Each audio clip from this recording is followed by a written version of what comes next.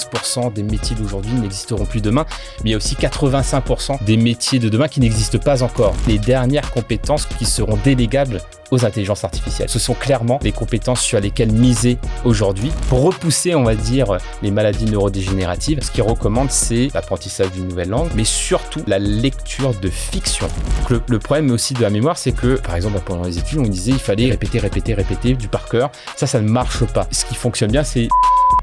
Bonsoir à toutes et à tous. Aujourd'hui, on a le plaisir de recevoir Jérôme Waro. Salut Jérôme. Salut Jérôme. Salut, merci beaucoup Jérôme. de m'avoir rejoint. Jérôme from London. Alors, on reçoit un athlète de haut niveau. Ouais. Oui, un athlète de haut niveau du cerveau dans le podcast aujourd'hui. Alors, Tu m'as fait peur. Oui, j'ai pas prévenu Julien à l'avance, mais écoute, on va faire ensemble ce numéro malgré tout. Donc, Jérôme est champion du monde de mind mapping. Il va décrire ce que ça veut dire. Il est aussi vice-champion du Royaume-Uni 2019 en lecture rapide et également en mind mapping. Il a en fait développé une méthodologie et des capacités qui permettent de lire à une vitesse qu'une personne normale n'arrive pas à faire. Et c'est une personne très connue dans les milieux notamment des chefs d'entreprise ou des fonds d'investissement qui cherchent à se doter de ces capacités de lecture rapide de certains types de documents. Et on voulait te recevoir aujourd'hui parce qu'on trouve que c'est un savoir-faire qui est vraiment unique en son genre. Tu es venu de Londres d'ailleurs pour venir nous voir.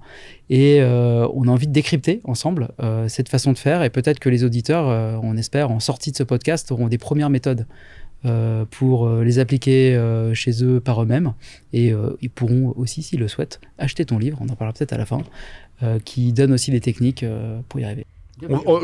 Cool. On va dire combien de lecture rapide, c'est fois combien par rapport à une lecture normale? Ah ouais, alors il faut pas prendre mon cas, mais Jérôme a été mon coach pendant des années. Ouais. Pendant des années. Moi, je suis parti assez bas, voire très Faut très pas bas. prendre Julien Laure comme standard, mais quelqu'un de normal qui sait bien lire. Non, et c'est assez fulgurant, ouais, en termes de... Bon, on va te laisser te présenter et puis tu vas nous dire. Non, mais ce qui était intéressant, c'est que oui, tu as fait au moins x4, x5 en fait, en termes de vitesse de lecture au minimum, mais sans oublier le fait que tu retenais beaucoup mieux en lisant plus rapidement qu'en lisant lentement en fait. Et c'est ça qui est intéressant. C'est un peu contre-intuitif. Exactement. Ouais, parce que c'est pas tout d'aller vite, mais il faut après juste comprendre ce que tu lis et retenir. Est-ce que tu peux nous raconter un petit peu comment on arrive à ça? Comment on passe d'un... Enfin, tu nous as raconté ta carrière, mais comment on se retrouve à développer ces capacités-là? Alors, c'est vrai que c'était pas du tout mon milieu au départ. Donc, moi, au départ, d'un point de vue professionnel, moi, je suis dans le domaine des soft skills, dans des compétences comportementales. Donc, j'ai commencé en tant que professeur en école de commerce sur ce sujet-là. Et après, en publiant des ouvrages, j'ai continué en faisant de la conférence en entreprise. Et c'est par une rencontre, en fait, que j'ai découvert ce domaine-là. Donc, avec Nicolas Lisiac, qui était formateur, qui est toujours d'ailleurs formateur en lecture rapide. Et moi, ça m'a intrigué parce que pour moi, j'étais un lecteur lent. C'est-à-dire que pour moi, une lecture, un livre, je le commençais, ça me prenait 4-5 mois pour le terminer et à la fin, en fait, j'ai déjà oublié la moitié. Donc, je me suis dit, mais c'est impossible, en fait. Pour moi, c'était uniquement pour les surdoués, les personnes qui avaient des cerveaux extraordinaires. Et il m'a expliqué qu'en fait, non, la lecture rapide, c'est comme un entraînement sportif, au même titre qu'une personne qui veut s'entraîner à courir et à courir plus vite et plus longtemps, eh bien, on peut s'entraîner de la même manière avec son cerveau, comme si le cerveau serait un muscle. Alors, le cerveau n'est pas un muscle, mais en tout cas, j'aime bien cette analogie pour expliquer comment on s'entraîne. Et en effet, j'ai commencé comme cela, juste à titre personnel et professionnel. Et après, c'était par une autre rencontre que j'ai commencé à faire de la compétition. Donc, c'était en rencontrant Tony Buzan, qui est donc le créateur du mind mapping et aussi des compétitions de sports cérébraux, donc les championnats du monde de mémoire, des sports de la mémoire, donc mémoire, lecture rapide, mind mapping. Et faut pas t'inviter sur les jeux des plateaux télé, quoi. Mais, non, après, pour la mémoire, c'est encore autre chose. Mais en effet, donc il avait créé ça et en fait. Je me suis dit, pourquoi pas moi? Voilà, donc me lancer ce défi. J'ai fait beaucoup de compétitions dans d'autres sports quand j'étais plus jeune, que ce soit dans les sports de combat ou de l'athlétisme. Et je me suis dit, j'avais envie d'un nouveau challenge. Et c'est comme ça que je suis parti à Guangzhou en Chine pour le championnat du monde de mind mapping 2018 et reparti avec la médaille d'or. T'as combien de compétiteurs?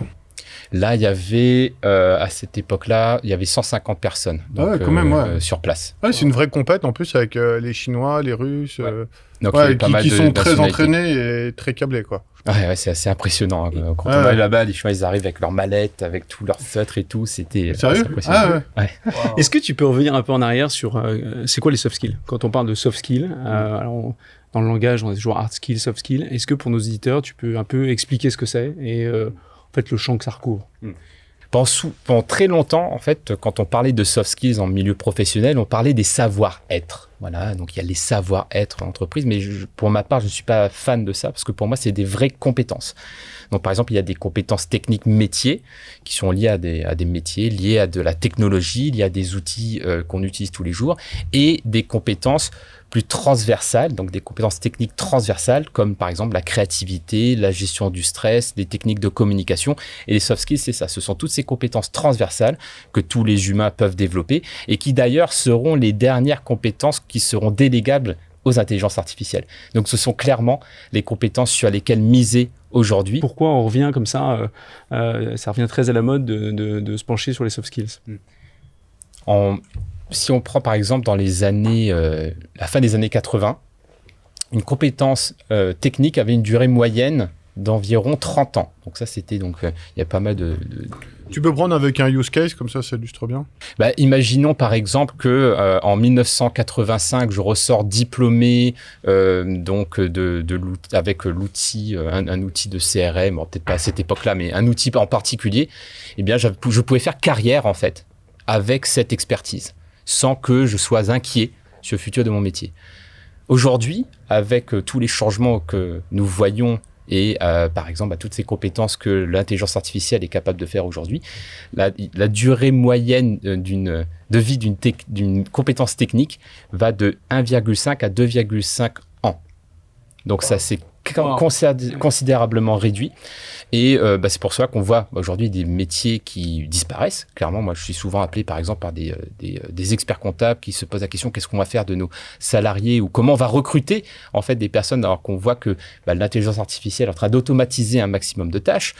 Donc, on a des métiers qui vont disparaître, des métiers qui vont émerger aussi, parce que souvent on parle des métiers qui disparaissent, des fameux 15% des métiers d'aujourd'hui n'existeront plus demain, mais il y a aussi 85% des métiers de demain qui n'existent pas encore, selon d'autres études que nous pouvons voir, notamment il y a Dell qui a fait une belle étude là-dessus avec Institute of the Future sur 2030.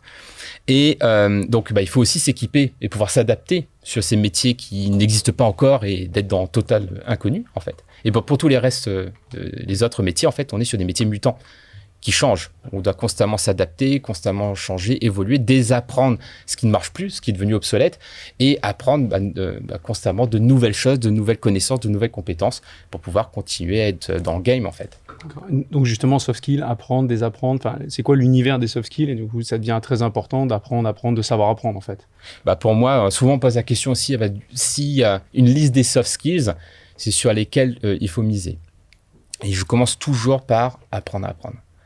Parce que dans un contexte où tout change, où même si l'information, elle est accessible aujourd'hui, on est quand même dans une ère de la surinformation, de l'infobésité, ou même de la fausse information. Les intelligences artificielles font des hallucinations, c'est-à-dire créent de fausses informations. Donc il faut savoir développer cet esprit critique, savoir digérer l'information pour la retravailler, pour pouvoir ensuite la réutiliser. Et pour moi, c'est ça aussi, apprendre à apprendre. C'est comment comprendre son propre mode de fonctionnement, parce qu'on est tous différents, comprendre son cerveau, savoir bien l'utiliser, gagner du temps dans un monde où on demande d'aller toujours plus vite et d'être plus productif, et donc aussi de savoir digérer parce que cette c'est marrant ce que information. tu dis, Jérôme, parce que c'est un truc qu'on retrouve régulièrement dans le podcast, c'est que les entreprises qui grossissent vite développent cette compétence chez leurs salariés. Les aider à apprendre, quoi. Et c'est ce que tu dis, c'est en permanence être capable de s'adapter à des contextes qui bougent à une vitesse éclair, quoi, aujourd'hui. C'est ça, en fait, tout va toujours plus vite. Il faut savoir s'adapter et aussi ne pas s'auto-détruire dans le process. C'est-à-dire, et là on rejoint aussi les soft skills, c'est que il faut aussi savoir gérer son stress, gérer ses émotions et pas se sentir totalement accaparé, débordé par toute cette exigence de notre situation professionnelle. Et du coup, pour toi, tu mets quoi dans les soft skills? Parce que du coup, tu as parlé d'apprendre à apprendre, gestion du stress. C'est quoi pour toi? Toute cette matière, elle regroupe combien de disciplines? Alors, moi j'aime bien catégoriser, on va dire, plusieurs grandes familles de soft skills. On va dire qu'il y a des soft skills de l'ordre de l'intrapersonnel, de la gestion de soi, comme par exemple la confiance en soi, la conscience de soi, la gestion du stress. Donc là, on est vraiment sur l'autogestion, comment j'arrive à m'autogérer dans des situations. Ensuite, on a toutes les compétences relationnelles, donc les soft skills relationnelles, ou comment j'interagir avec les autres, l'écoute, l'empathie, la communication. Et enfin, il y a toutes les compétences, je dirais, plutôt situationnelles de l'ordre de l'adaptabilité, qui demandent justement une capacité d'apprentissage. Comment j'arrive à m'adapter, à faire preuve de créativité par rapport à une situation qui est inédite et à laquelle je dois répondre, en fait. D'accord. Peut-être que tu te formes, Juju. Sur la troisième, là. Et un petit parallèle avec tous nos patrons de société qui nous écoutent. En quoi c'est important de développer les soft skills dans les boîtes? Alors, je pense que tout le monde en a à peu près conscience, mais toi, je sais que tu interviens beaucoup auprès de patrons et de chefs d'entreprise. Qu'est-ce que tu leur apportes? De la résilience, je pense que c'est vraiment de la résilience au niveau de l'entreprise, de la résilience même au niveau de l'institution, en fait. Parce que aujourd'hui, il y a tellement d'enjeux sur la survie des entreprises, sur le recrutement, sur la marque employeur également, sur comment on arrive à attirer les talents, à les garder, et quand on arrive à les former, à leur donner envie de rester, par exemple. Et bien pour moi, ça ne se repose plus pas que sur la rémunération ou sur la notion technique ou que sur le lieu de travail, c'est toute cette culture d'entreprise en fait autour de l'humain. Et pour moi, il y a aussi cette notion-là. Donc il y a à la fois cette notion de comment au niveau de l'entreprise, tous les collaborateurs et les collaboratrices arrivent à être dans cet état d'esprit de je continue d'apprendre, je ne reste pas sur mes acquis et je m'adapte, mais également en termes de culture d'entreprise, comment on arrive à remettre l'humain au centre et à valoriser les gens en disant par exemple, même si cette personne-là, elle a la compétence technique, mais elle a l'appétence de ce projet-là, bien je peux la positionner là-dessus parce qu'elle a les soft skills nécessaires pour y arriver. La dernière fois, Benoît avait parlé de growth mindset chez les collaborateurs. J'ai bien aimé ce terme-là. Ça rejoint un peu ce que tu es en train de dire. Exactement. Pour moi, les soft skills s'inscrivent pleinement dans le growth mindset qu'a développé Carol Dweck, qui est vraiment donc cet état d'esprit de toujours progresser, contrairement au fixed mindset en disant moi je suis comme ça, je suis un expert de ce domaine-là, donc je reste là-dedans. Growth mindset, c'est tout est possible. Decrease mindset, ça existe, decrease mindset? Je pense que ça doit exister pour certaines personnes. Je regarde personne en particulier dans la salle. Tu comprends l'anglais, toi? Ouais. Toi, tu progresses. T'es vraiment un growth mindset. J'ai dit, il vient de Londres, j'apprends 2 mots, je les place. J'aurais déjà placé un. Decrease. Mais il y a X-Makers. Ah ouais. Oui, c'est vrai. International, les mecs. Justement, donc tu dois t'intéresser un peu à toutes les recherches qui sont faites sur le cerveau, parce que c'est une machine assez complexe, en tout cas pour nous, hein, pas pour tous. Et je voulais savoir un peu, c'est quoi l'état de l'art et quelles sont toutes ces recherches qui sont faites pour qu'on comprenne bien comment ça fonctionne un cerveau, parce que c'est d'une complexité hors norme, quoi. C'est vrai qu'il y a énormément de recherches qui sortent tous les jours, donc c'est difficile de tout suivre. En revanche, il y a plusieurs éléments que j'ai pu observer et suivre. Le premier, c'est de voir le lien entre la recherche sur l'intelligence artificielle pour la compréhension du cerveau. Parce que, en fait, quand on crée une intelligence artificielle, on va essayer de mimer les mécanismes du fonctionnement du cerveau humain.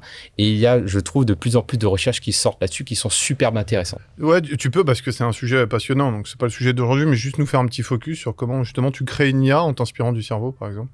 Ça va être en s'inspirant notamment de la structure neuronale, donc avec tout un système de connexion neuronale. Et par exemple, l'ordinateur quantique qu'on essaye de faire, essaye de reproduire ce schéma-là. C'est-à-dire, plutôt que d'avoir un fonctionnement linéaire ou binaire, 0-1, on essaie d'avoir un fonctionnement beaucoup plus complexe qui mimerait la complexité du cerveau humain. C'est une révolution, là. Mais là, on est vraiment sur du fondamental, on n'est pas encore sur de l'applicable. Mais en tout cas, je trouve que c'est intéressant d'observer ça. En revanche, j'ai pu pas mal échanger avec 2 neuroscientifiques qui travaillent à la fois sur la dimension de la plasticité cérébrale dans le domaine de l'apprentissage et aussi dans le domaine des soft skills. Donc là, j'aimerais bien citer par exemple le docteur Pascal Michelon, qui a étudié ce qu'on appelle la réserve cognitive. Et la réserve cognitive, c'est le potentiel du cerveau, qui est comment on arrive à mesurer, comment un cerveau arrive à continuer à développer les connexions neuronales, parce que souvent on parle de la création de nouvelles neurones, ce qu'on appelle la neurogénèse, mais pas suffisamment de la diffusion, la création de connexions neuronales, c'est-à-dire pas forcément de nouvelles neurones, mais de connexions. Ouais. Et c'est ça qui est le plus intéressant, parce que c'est ce qui rend le cerveau beaucoup plus malléable, parce que l'information circule plus vite. Et ce qu'elle disait, pour pouvoir développer la réserve cognitive, c'est vraiment de stimuler le cerveau avec de la nouveauté. Donc on revient au growth mindset. Donc, toujours apporter la nouveauté. De la répétition. Donc, c'est pour ça que, par exemple, pour la lecture rapide de mind mapping, ce n'est pas en une journée qu'on va développer la compétence et assimiler l'outil, mais c'est par la répétition qu'on va réussir à le faire. Et aussi la notion de dépassement, c'est-à-dire ne pas toujours faire toujours la même chose, mais à chaque fois de faire 1% un peu plus. Dire qu'en une soirée, tu peux tout flinguer. Non, mais c'est pour ça que tu vois dans les maisons de retraite, on apprend tu vois des personnes âgées qui apprennent des nouvelles langues dans un univers complètement différent, et du coup on dit que ça les stimule beaucoup et ça limite aussi le déclin cognitif, et je crois qu'il y a pas mal d'études là-dessus aussi. Exactement, il y a Richard Redskin qui a écrit un livre là-dessus et qui parle des meilleures pratiques pour éviter pour repousser, on va dire, les maladies neurodégénératives, et notamment ce qu'il recommande, c'est l'apprentissage d'une nouvelle langue, mais surtout la lecture de fiction. Et ça m'a, quand j'ai lu ça m'a vraiment changé mon mindset sur la lecture, parce que pendant très longtemps, pour moi, la lecture, c'était une lecture utile. Lire pour écrire des bouquins, lire pour apprendre, de la non-fiction, donc. En revanche, quand on est dans la non-fiction, on cantonne notre cerveau dans un domaine qu'on connaît déjà, alors que la fiction nous oblige, donc apporte une dimension de complexité supplémentaire en stimulant l'imagination, en ayant des personnages, en ayant de nouveaux mondes. Et en fait, ça stimule plus la mémoire, plus l'imagination. Et aussi, il y a même des études qui ont montré que la lecture de fiction répétée dans le temps va développer plus l'intelligence émotionnelle, parce qu'on va avoir plus d'empathie pour les personnages. On va essayer de comprendre qu'est-ce qui va générer certains comportements. Et c'est ça aussi que je trouve super intéressant et que maintenant, j'essaie d'apporter un peu plus dans mon quotidien. Tu parles beaucoup de lecture, hein, genre regarder une série Netflix, ça fait pas les mêmes effets. Quoi. C'est pas pareil. Je regarde aussi Netflix, bien entendu. Mais la lecture, c'est un il faut que tu lises. Mais Julien, c'est pas ta séance de psy, là. Enfin, non, mais j'essaie de... Je sais que tu veux faire des économies, mais c'est pas correct. Tu parles souvent d'un muscle. En fait, on peut apprendre à tout âge. C'est-à-dire que là, on a l'impression qu'on s'entraîne, on fait un marathon avec le cerveau. On peut prendre cette analogie-là. Moi, j'aime bien l'analogie du marathon parce que c'est sûr que quand on s'y prend plus jeune, c'est plus simple. On va moins se blesser, on va se développer des capacités plus rapidement. Néanmoins, c'est toujours possible plus tard de le faire, même si c'est un peu plus difficile. Donc je dirais, moi j'aime bien ce proverbe chinois qui dit que le meilleur moment pour planter un arbre, c'était il y a 20 ans. Et le deuxième meilleur moment, c'est maintenant. Bon, Juju, t'as entendu. Hein. Donc il dit jamais, tu dois planter une forêt, trop lui. tard pour faire ça. Jamais trop tard, ok. Mais on continue à avoir de la plasticité. Je veux dire, à la fin, oui. Oui, en fait, c'est un mythe, le fait qu'à un moment donné, il n'y a plus de plasticité cérébrale. C'est quoi la plasticité, pour illustrer pour les auditeurs? La plasticité cérébrale, c'est que le cerveau s'adapte à son environnement. D'accord. Au même titre qu'un muscle, par exemple, si demain je te dis t'arrêtes d'utiliser le bras gauche, ton muscle va s'atrophier. Eh bien, le cerveau, il va pas physiquement s'atrophier. Par contre, en termes de connexion neuronale, en termes de stimulation, il va réduire on va dire, les ressources. Parce que le cerveau, c'est l'organe le plus énergivore du corps. Il ne pèse que 3 ou 4% du poids total du corps en moyenne, mais il va consommer plus de 20% du glucose sanguin. Donc, en tant qu'organe énergivore, il est construit pour être efficient, donc économiser l'énergie.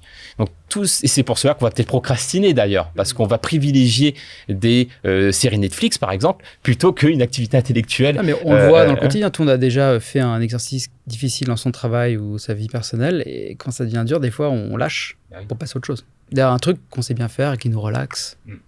Donc, on vit tout ça. Et ce que tu dis, c'est que si on dépasse ça, on crée une connexion neuronale à petite échelle, et si on s'entraîne, notre cerveau continue de tu repousses se des développer. limites, quoi. Oui.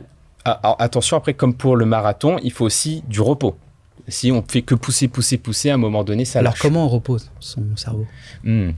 Alors là, j'aime bien les travaux de Barbara Oakley de l'Université de Californie qui expliquent que le cerveau a 2 modes de fonctionnement. Le mode de fonctionnement focus, où là, on va être vraiment intensément dans une activité cérébrale comme la lecture, le mind mapping, etc. Et le cerveau diffus. Et le cerveau diffus est généré par, on va dire, une activité qui ne demande pas de la concentration. Par exemple, marcher, comme par exemple discuter. Alors, la méditation, ça dépend laquelle, parce qu'on peut avoir une méditation qui nous oblige à nous concentrer sur quelque chose. Ah, même pas, d'accord. Donc, marcher, c'est vraiment le truc, tu déconnectes. Exact. Daydreaming, enfin voilà, rêvasser, etc. Ça, c'est des choses qui vont aider. Et par exemple, la technique du Pomodoro, qui consiste à avoir des moments de focus pendant 20 minutes. Et 20 minutes, ouais. Et 5 minutes de repos ensuite, où on lâche tout, on lâche l'écran, on va prendre un café, on va discuter avec quelqu'un. C'est ça qui permet d'aérer le cerveau. Ouais, ça, souvent le problème, c'est l'inverse. 5 minutes de concentration et 20 minutes de... Tu parlais d'apprendre, de désapprendre, de s'entraîner. On est un peu là-dedans, mais est-ce que tu peux faire un focus là-dessus? C'est-à-dire que quelque part, on est tous convaincus qu'il faut faire ça, je pense. Au général, tu vois, et c'est un peu ce que tu disais, on se dit oui, mais c'est des êtres supérieurs. Donc comment on s'y prend? Comment on s'y prend pour commencer à désapprendre? Comment on s'y prend pour commencer à y aller, sans que ce soit décourageant et qu'on puisse avoir des résultats dans pas trop longtemps? Alors déjà, je dirais au même titre que le growth mindset dont on a abordé tout à l'heure, et si je relis ça avec la notion de désapprentissage, c'est vraiment la notion d'humilité. C'est de se dire que c'est OK à un moment donné que même si on est au top, que ce n'est plus d'actualité en fait. Et ça, c'est très dur de lâcher ça. C'est-à-dire, j'ai une expertise et que quelque part, je suis arrivé au bout soit parce que ça ne me plaît plus, soit parce que ce n'est plus d'actualité. Donc, je dirais tout ce travail d'humilité, d'acceptation en fait que le monde change et qu'on doit s'y adapter. Et ensuite, sur la dimension apprentissage, je dirais c'est vraiment voir ça comme un entraînement sportif. Donc, c'est de commencer petit et ensuite d'augmenter petit à petit la difficulté. Donc, si on prend l'exemple de la lecture rapide, c'est quoi les premiers pas pour mieux lire plus vite? Ouais, là, très dit, ouais. Sur demain, on se lance. Ouais. Alors, on a créé tout un protocole là-dessus, justement, qui permet.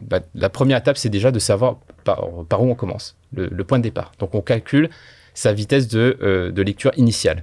C'est très simple. C'est qu'on prend un livre.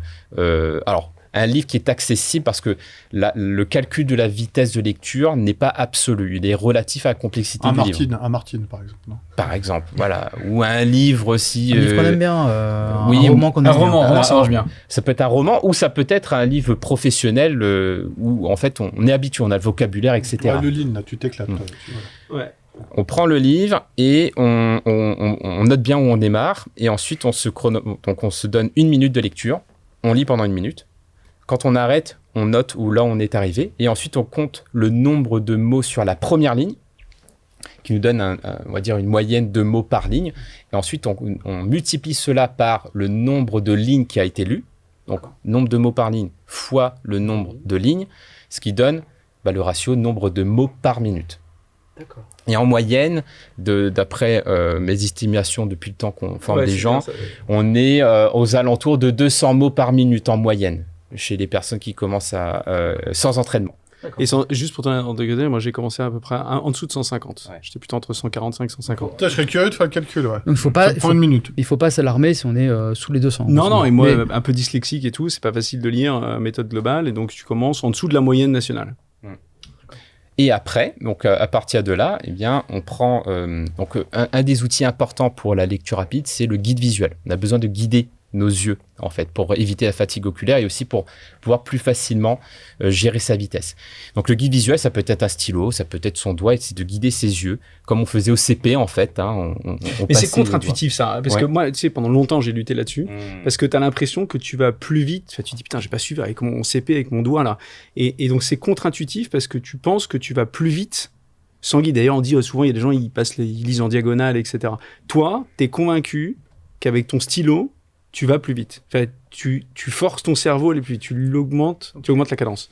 Tu obliges tes yeux à regarder mot à mot. C'est ça que tu essaies de faire? C'est ça. C'est vrai, quand on parle de lecture, souvent on a l'impression que c'est la lecture en diagonale. On va zigzaguer. Ouais, le fameux truc des articles de presse. Non. Moi, ce que j'entends par lecture rapide, en tout cas, c'est ce qu'on transmet, c'est une lecture intégrale. Donc, on va lire mot par mot, mais on va augmenter la vitesse de lecture.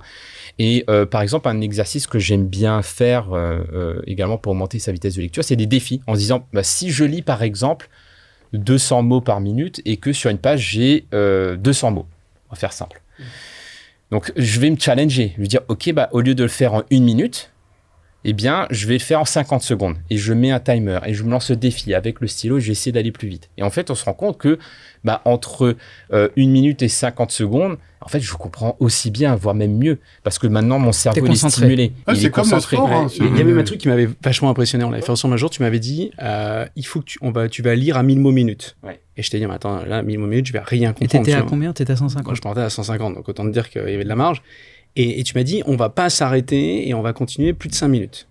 2-3 minutes, c'est long. Et en fait, paradoxalement, tu t'aperçois que ton cerveau, à un moment, il est complètement embrouillé, etc. Puis d'un coup, tu as l'impression que ça devient complètement clair. Et tu arrives à lire. Et tu te dis, parce qu'en fait, tu mettais un métronome pour savoir, donc tu mettais un métronome par ligne. Donc en fait, t'as pas le choix. Et donc, tu fais les 20 premières pages, tu vois rien, tu comprends rien. Puis tout d'un coup, tu as l'impression que tu prends la distance avec le livre. Et là, ton cerveau, tu t'aperçois qu'en fait, tu t'auto-limitais quelque part. Et là, tu commences à lire, à comprendre. Et à la fin, à 1000 mots minutes, tu as retenu pas mal de choses.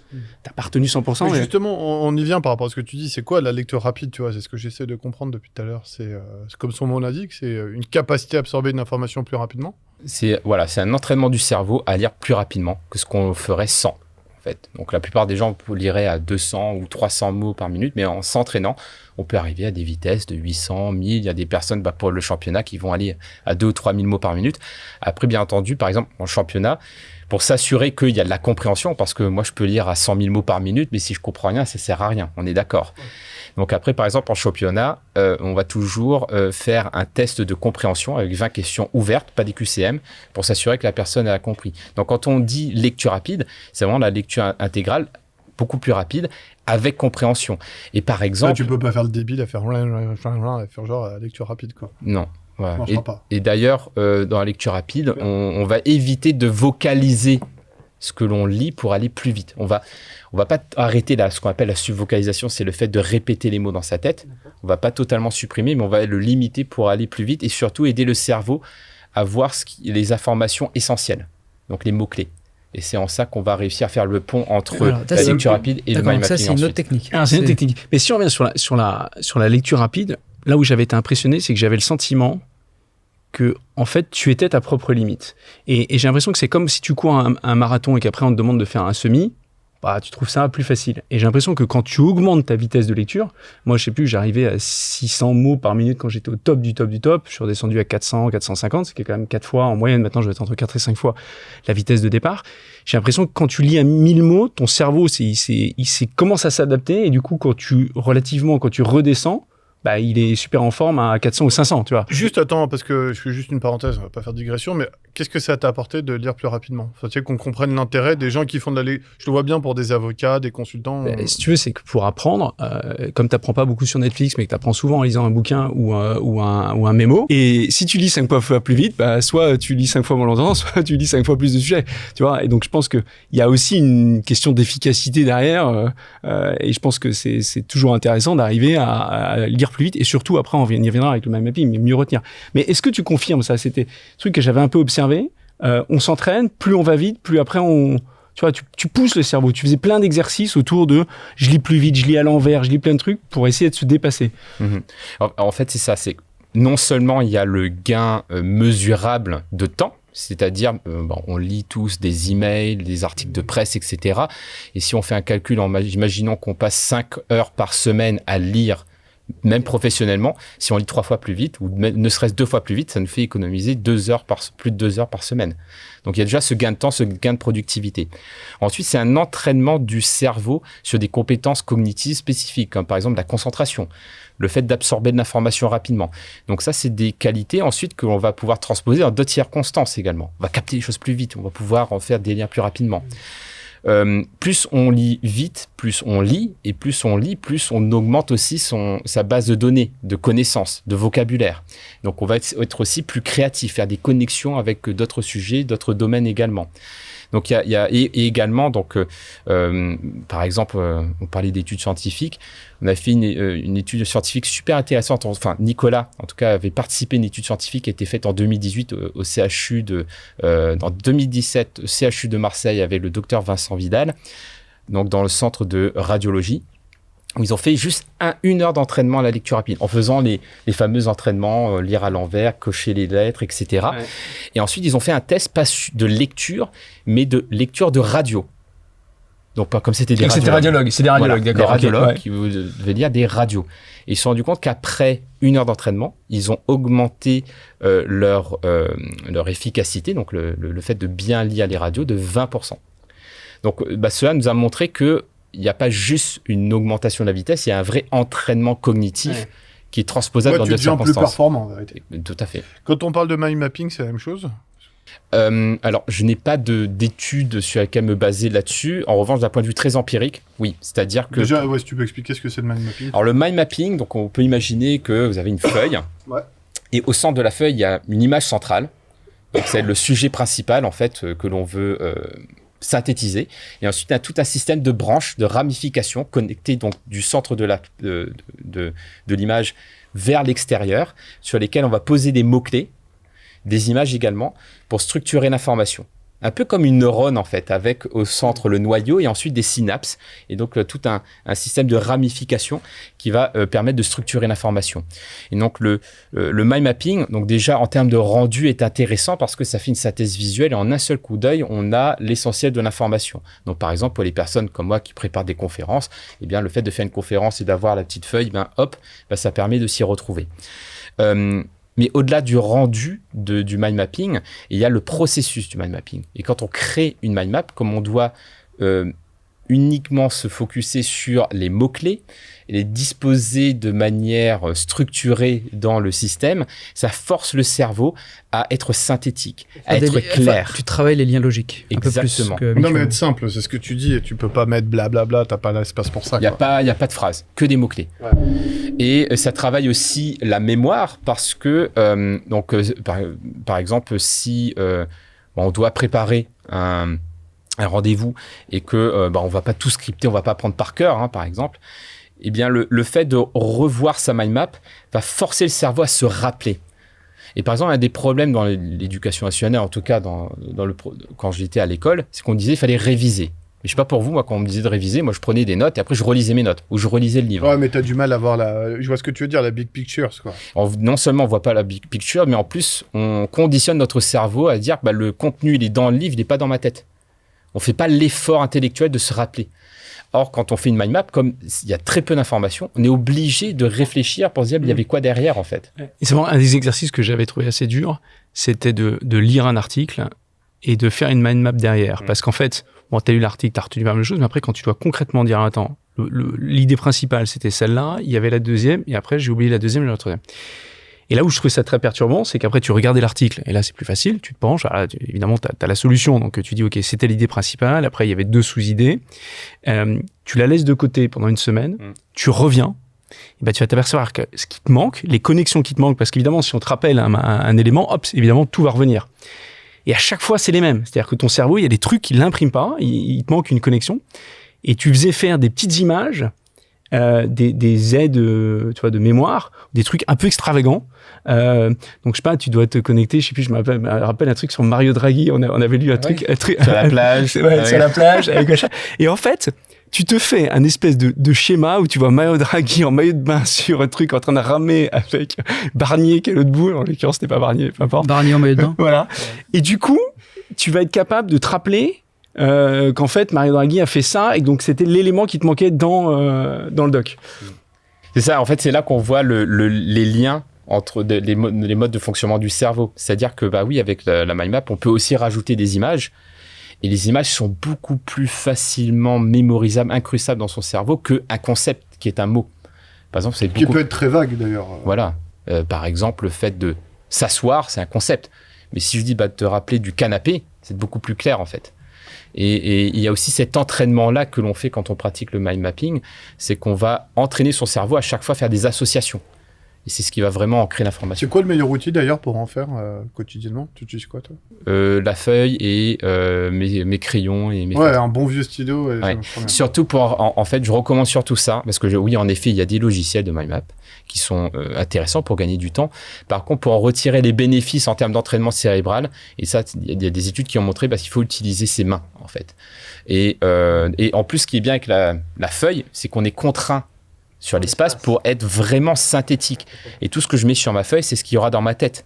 Donc, si j'ai quelque chose de synthétique, j'économise de la place dans ma tête. Et c'est pour ça que j'aime bien l'analogie. Ce serait cool que tu pourrais nous en partager un qu'on pourrait mettre sur la page LinkedIn. D'ailleurs, sur les premiers podcasts, on avait fait la synthèse, tu faisais, pour ce numéro, on peut faire le mind map et le poster sur LinkedIn. Le poster. En fait, Juste, nous, on va essayer de le faire. ouais, Après, c'est assez graphique en plus. Parce que toi, justement, tu dis que plus c'est décoré, plus par exemple, tu dis, bah, je sais pas, la rentabilité d'une société, tu mets $1 et puis tu te mets une chaîne en or avec $1 et hop, du coup, tu vas te rappeler des trucs. Donc, c'est très graphique dans tes mind maps. Ouais, mais je vois très bien ce qu'il dit. C'est comme des fois quand on t'explique tu sais, un industriel m'explique un projet complexe, tu le schématises, tu comprends tout de suite en 2 secondes versus des notes où c'est très en gros, c'est pas intellectuel quoi comme démarche, c'est très visuel. Ouais.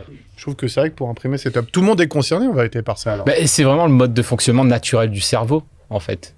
Et c'est pour ça qu'on aime que la télé, les vidéos sont beaucoup plus attractives pour le cerveau, parce que c'est dynamique, c'est visuel, il y a de l'image, il y a de l'audio. Mais ça, en fait, on peut le faire aussi de manière virtuelle dans notre cerveau. Donc, transformer un texte. Et aussi, c'est ça qui est intéressant avec la lecture de fiction, c'est que ça réentraîne le cerveau à créer ces images qu'on a perdu l'habitude de faire que quand on était gamin, finalement. Il y a ça me fait penser à je crois que c'est David Besse dans le livre Mathematica, qui explique que les mathématiques, c'est visualiser, tu visualises le problème, et ensuite, tu visualises le problème, et ensuite, tu es capable de faire l'équation, alors qu'en fait, les mathématiques sont expliquées comme une équation, et du coup, c'est pour ça que c'est un frein à l'adoption des maths. C'est comme la série Numbers quoi. J'ai pas vu celle-ci. Non. Putain, mais tu vois, t'as tout en Donc, série. vous en êtes fait. complémentaires. En fait. Voilà, exactement. Donc, non, mais du coup, ce que tu dis, c'est que ça trahit la visualisation, Ouais. et que la visualisation est directement une clé pour mémoriser et du coup pour retenir l'information. Mais Ça. t'as raison, tu fais un mind map, tu peux expliquer les sujets les plus complexes sur un A4 en vérité. Et si on prend un peu de recul, du coup, on a exploré pas mal de choses. Lecture rapide, tu dis, c'est de l'entraînement. Il faut le faire régulièrement. Avoir un guide visuel parce qu'on est souvent limité. En fait, les yeux, l'oculaire est limite pas mal. Donc, le guide visuel t'oblige à suivre. Donc, en fait, c'est de la technique d'apprentissage. Tu as des techniques d'apprentissage pour améliorer la lecture rapide. Et le mind map, c'est pareil, quelque part, c'est un entraînement. Tu cartographies avec des symboles, des idées clés et des enchaînements d'idées. Donc, toi, c'est ta technique aujourd'hui pour faire progresser les gens, elle est basée là-dessus. Ta méthode, si tu peux en dire un mot, comment tu l'as construite dans le temps pour... Bah, c'est vrai que souvent, le constat a été que les personnes essayent et se disent « Ah non, mais ça marche pas. » Parce qu'elles partent du principe que c'est un outil. En fait, non, pour moi, c'est un entraînement. C'est pour ça que je parle de sport, en fait. C'est comme si je dis, bah voilà, on va s'entraîner à courir. Une session d'entraînement, on dit, ah non, ça marche pas pour moi. C'est trop dur. Donc, il y a cette notion de discipline et de persévérance. Donc, pour la lecture rapide, c'est le cas aussi pour le mind mapping. Parce que les premières fois, on n'a pas les mots qui viennent naturellement, on ne sait pas trop bien dessiner la branche, etc. Donc, en effet, j'ai créé toute une méthodologie progressive qui dépend aussi du niveau initial de la personne pour l'amener petit à petit à prendre confiance et surtout à gagner en autonomie. Parce que l'objectif, c'est que au bout d'un certain moment, on n'a plus besoin de moi et que la personne elle continue à pratiquer par elle-même. Et de toute façon, l'apprentissage, ça vient de soi aussi. Donc, c'est un peu ce que tu disais, c'est ton point de départ à toi.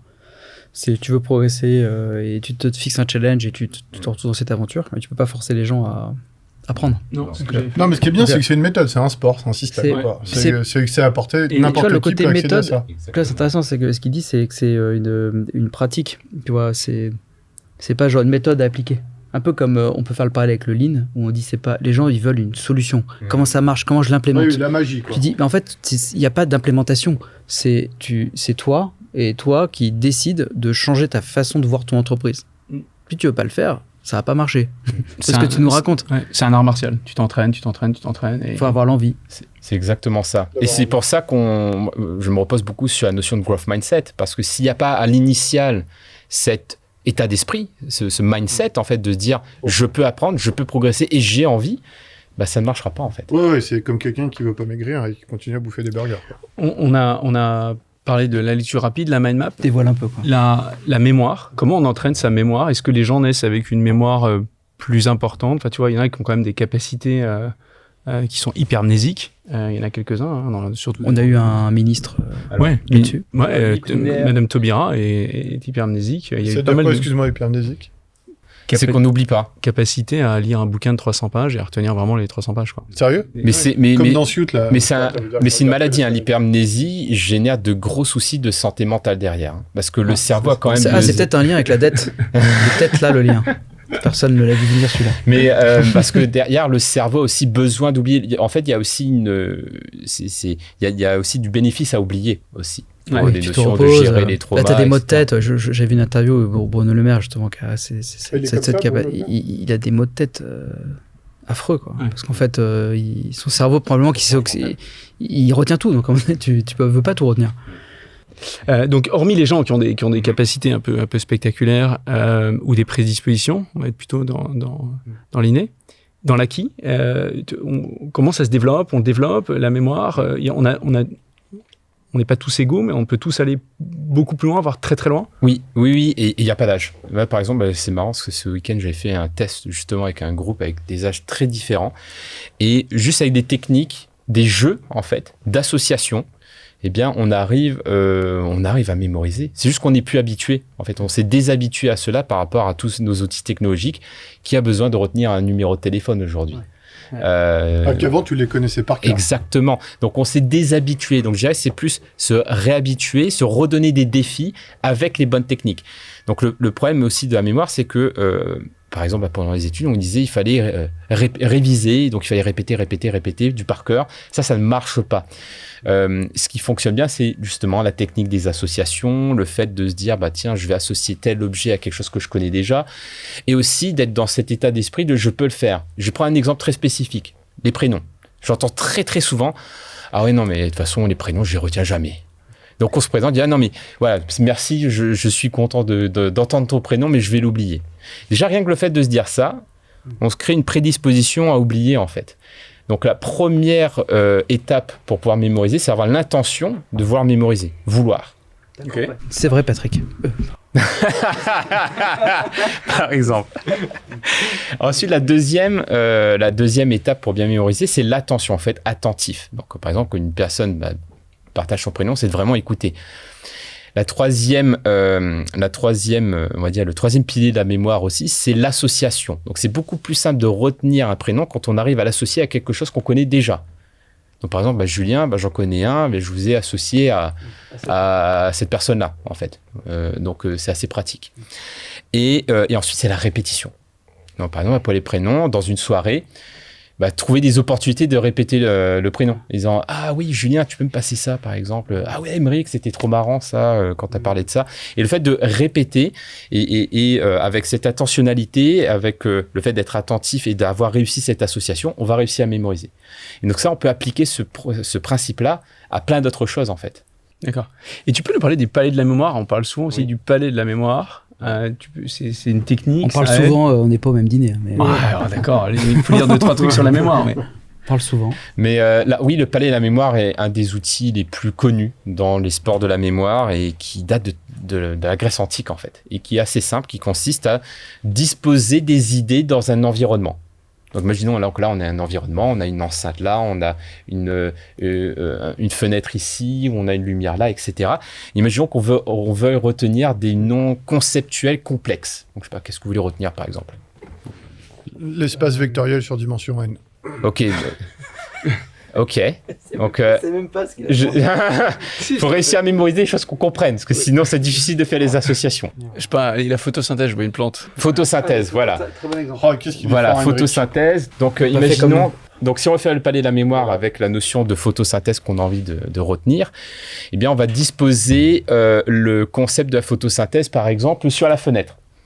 Mais il faudrait faire quelque chose de totalement déjanté pour que ce soit ancré dans la mémoire. Donc on va pas juste voir une plante verte comme ça juste sur la fenêtre, on va imaginer par exemple une plante carnivore qui est en train de péter la vitre et qui est en train d'essayer de rentrer pour nous bouffer. Et que je vais la fumer après. Voilà, par exemple. Ah ouais, d'accord. Et donc là, on a ancré dans l'espace. Tu l'as ancré dans notre tête là. Voilà. Donc là, vous allez passer devant cette fenêtre, vous allez voir la photosynthèse. D'accord, ok. Ah, ça me parle bien, ça, cette technique. Du coup, une partie de ton business, c'est d'accompagner des dirigeants, des leaders à se développer de ce point de vue-là. Peut-être même que, je sais pas, tu t'aides des forces de police ou peut-être des métiers qui ont besoin de mémoriser ou des acteurs, j'en sais rien, tu veux nous raconter. Comment on s'y prend et quel type de clients tu accompagnes? Alors, jusqu'à maintenant, c'était surtout, on va dire, des managers et des dirigeants. et qui ont une problématique de charge mentale élevée. C'est souvent ça le premier besoin, c'est j'ai trop dans la tête, il n'y a plus rien qui rentre. Donc, on va travailler sur comment déjà libérer cette charge mentale, la gérer, et ensuite des techniques pour pouvoir mieux gérer l'information. Parce que souvent, le problème de la charge mentale, c'est qu'il y a trop d'informations qui n'est pas structurée, qui n'est pas organisée. D'où le mind mapping, ce genre de technique. Exactement. D'accord, ok. Donc, c'est souvent ça au départ. Après, ça va être aussi sur des thématiques d'apprentissage ou de préparation sur quelque chose d'important. Par exemple, je dois faire un discours de 2 heures, mais je n'ai jamais fait ça, j'ai peur, j'ai pas confiance et j'ai pas envie de faire du par cœur, j'ai pas envie de lire ma slide. Comment je fais? Et donc, on va être sur des stratégies de préparation mentale et d'apprentissage à ce moment-là. Ou ça peut être aussi sur, j'ai envie de me développer dans un autre pays. Faut que, alors, je vais peut-être pas devenir bilingue dans la langue, mais j'aimerais bien comprendre quelques mots, comprendre la culture, donc absorber de l'information en fait sur ce nouveau développement, et donc mettre une stratégie en place pour pouvoir assimiler l'information à ce moment-là. Donc c'est surtout dans ces circonstances-là en fait que je fais d'accompagnement jusqu'à maintenant. D'ailleurs, tu as même écrit un livre là qui est derrière nous, doubler votre vitesse de lecture en 30 jours. C'est une méthode là. Oui, voilà, c'est notre fameuse méthode. Alors pour l'anecdote, d'ailleurs, je vais remercier Aymeric en live par rapport à ça, parce que c'est en très grande partie grâce à toi en fait Non, que. Non, c'est vrai. Mais oui, parce que en fait, pour l'anecdote, c'est que donc nous, Nicolas, on avait vraiment il avait sa méthode en fait pendant très longtemps. Mais avec Aymeric, quand j'ai commencé à t'accompagner, en fait, il y avait cette problématique du temps. Et pas le temps en fait. Il fallait condenser le truc le plus efficient possible, qui rentrait dans ton timing ultra serré. Là, je fais un petit heads up pour remercier Vanessa, mon assistante, parce que je crois que sans elle, je serais déjà mort. Et donc, on avait mis en place, en fait, tout un protocole qui tenait en 15 minutes. Où on faisait, avec le métronome, et on faisait des exercices, et ça tenait en 15 minutes. Et c'était les 15 minutes nécessaires et suffisantes pour que tu progresses. Avec l'échauffement, je me rappelle, avec l'échauffement et tout. Ouais. 15 minutes par semaine. Par jour. Par jour. Le deal, c'était 15 minutes par jour. 15 minutes par jour, tous les jours, pendant 30 jours. Et en fait, quand on a été contacté par l'éditeur, on a dit, on savait pas trop comment apporter le truc, et j'ai partagé cette méthode-là. Elle a dit, ça peut être super intéressant, parce qu'en plus, derrière, la promesse, c'est qu'on peut vraiment doubler sa vitesse de lecture en 30 jours. Et donc, on a conceptualisé ça. On a même créé une application derrière qui repose sur ce protocole-là. Et donc, oui, tous les jours, il y a des exercices qui tiennent en 15 minutes pour pouvoir... Ouais, je l'ai dans les mains, c'est hyper bien fait. Je vais me le... Et donc, t'as l'app. Raconte un peu l'app, parce qu'effectivement, après, du coup, t'as fait une app. Ouais. Voilà. Non, mais il y a une app, toi qui aimes bien les... Oui. Il y a l'application NeoBoost, en fait, qui reprend donc ce protocole-là, qui est automatisé. Donc, le métronome, il est inclus dedans, etc.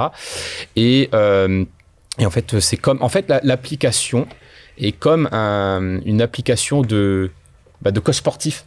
Tu te dis, là, tu vas faire des abdos, là, tu vas faire ça, tu vas faire Comment ça. ça s'appelle l'app? NeoBoost. NeoBoost, B-O-O-S-T. Voilà, en un seul mot, NeoBoost. Tu reviens toujours à Néo, toi. C'est beau. Ouais, c'est nouveau. Il y a une préface de Mac Lesguy. Mac Lesguy, oui. J'adore M6. Pour ceux qui ont grandi avec ce monsieur. Génération. C'est chouette de l'avoir. D'ailleurs, c'est peut-être ça. Le prochain. On peut l'inviter, Mac Lesguy. Ça fait longtemps qu'il va s'amuser. Je pense qu'il a envie d'être tranquille. Donc l'app, le bouquin, donc on peut s'entraîner 15 minutes par jour pendant 30 jours. Okay. C'est accessible à toutes et à tous. C'est-à-dire que oui, moi en effet, j'accompagne les dirigeants, mais nous on travaille beaucoup aussi avec des écoles, avec des parents, avec t'as fait pour les enfants, oui, exactement, parce qu'après derrière il y a le championnat aussi qui permet de gamifier la pratique. Donc ouais, c'est super. Donc en tout cas, doubler votre vitesse de lecture en 30 jours aux éditions Alicio. Et maintenant, tu fais pas mal de conférences aussi en plus. Ouais. Donc, tu commences à pas mal de grands groupes que tu accompagnes. Oui, beaucoup, parce qu'en fait, les entreprises, qu'elles soient des entreprises publiques ou des entreprises privées, se rendent compte que justement, on doit être dans cette dynamique d'apprentissage, il doit avoir une culture organisationnelle de apprendre en fait, et de pas rester sur ses acquis, de toujours s'adapter, et que pas à chaque fois que un métier est en train d'évoluer, mais il faut recruter quelqu'un d'autre. Non, il faut que la personne elle s'adapte, et on capitalise sur ça. Cette discipline est clé aujourd'hui. Enfin, dans le monde dans lequel on vit, c'est même pas un nice to have, quoi. Oui, c'est un must have, clairement. C'était le deuxième mot anglais que je devais placer. Tu veux conclure, Jules? Non, ce que j'ai retenu, c'est qu'il faut retenir de ta discipline, c'est que c'est un sport. C'est vraiment un sport qui est stratégique pour 3 raisons. J'ai bien aimé cette notion de performance, c'est-à-dire qu'on en a parlé au dernier podcast, apprendre à apprendre, c'est stratégique aujourd'hui. Tu peux pas, dans le monde dans lequel on vit, ne pas évoluer. Je pense aussi, moi j'ai retenu réduire ta charge mentale, parce qu'aujourd'hui on est tellement sursollicité d'informations entre les chats GPT, les réseaux sociaux, les mails, enfin tout ce qui nous entoure, que tu as besoin de apprendre à la structurer et à la digérer. Puis moi j'aime bien, parce que je fonctionne personnellement comme ça, c'est ce pouvoir de la visualisation. Tu ancres beaucoup facilement des notions complexes en les visualisant versus des notes, quoi. Donc j'y crois. Je vais commander le livre. Et du coup, bon, j'allais dire, est-ce que tu as un livre à recommander, mais je pense que de facto, il est là, sauf si tu Non, un roman. Effectivement, tu as raison, on pourrait pas de une fiction. Une fiction. Ma fiction préférée, qui est en fait le livre préféré de ma femme, elle m'a branché là-dessus, qui est absolument génial. C'est une quadrilogie. C'est The Three Body Problem.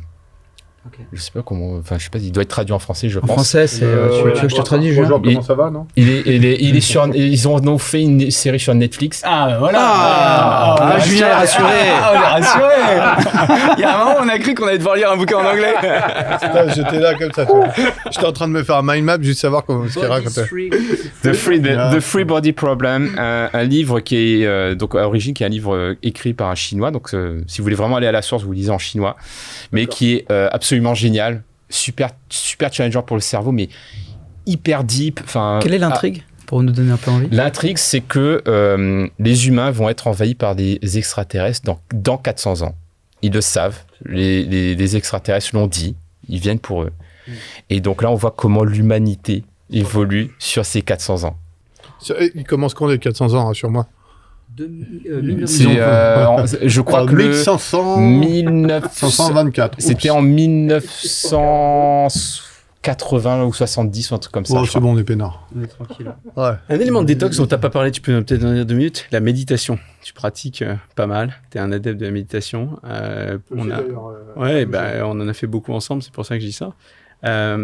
Arriver justement à quelque part aussi déconnecter le cerveau, ou une autre forme de connexion d'ailleurs. Ouais. Tu peux nous en parler en 2 minutes?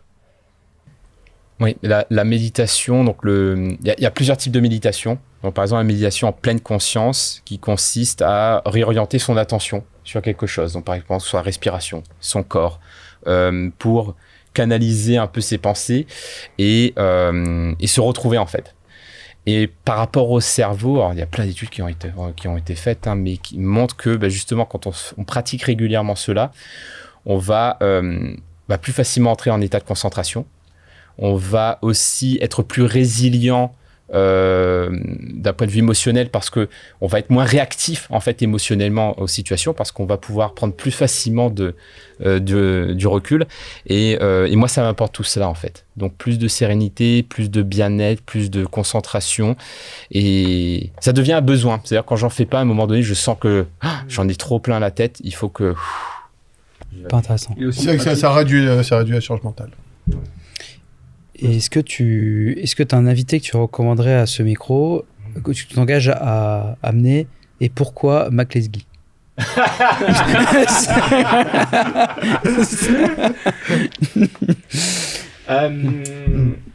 Ah oui, alors je peux pas m'engager à faire venir Mac Lesguy pour le podcast. Tu m'as donné l'eau là. Mais donc une personne sur votre podcast qui serait... il n'y avait pas ça dans le script, dans les questions. Ouais. Non, mais tu me donneras. Comment t'as Mac Lesguy? Comment tu l'as rencontré? En fait, c'est plus Nicolas, en fait, mon associé qui le connaît, parce que Nicolas est passé sur Égal M6, sur une émission sur la lecture rapide, justement.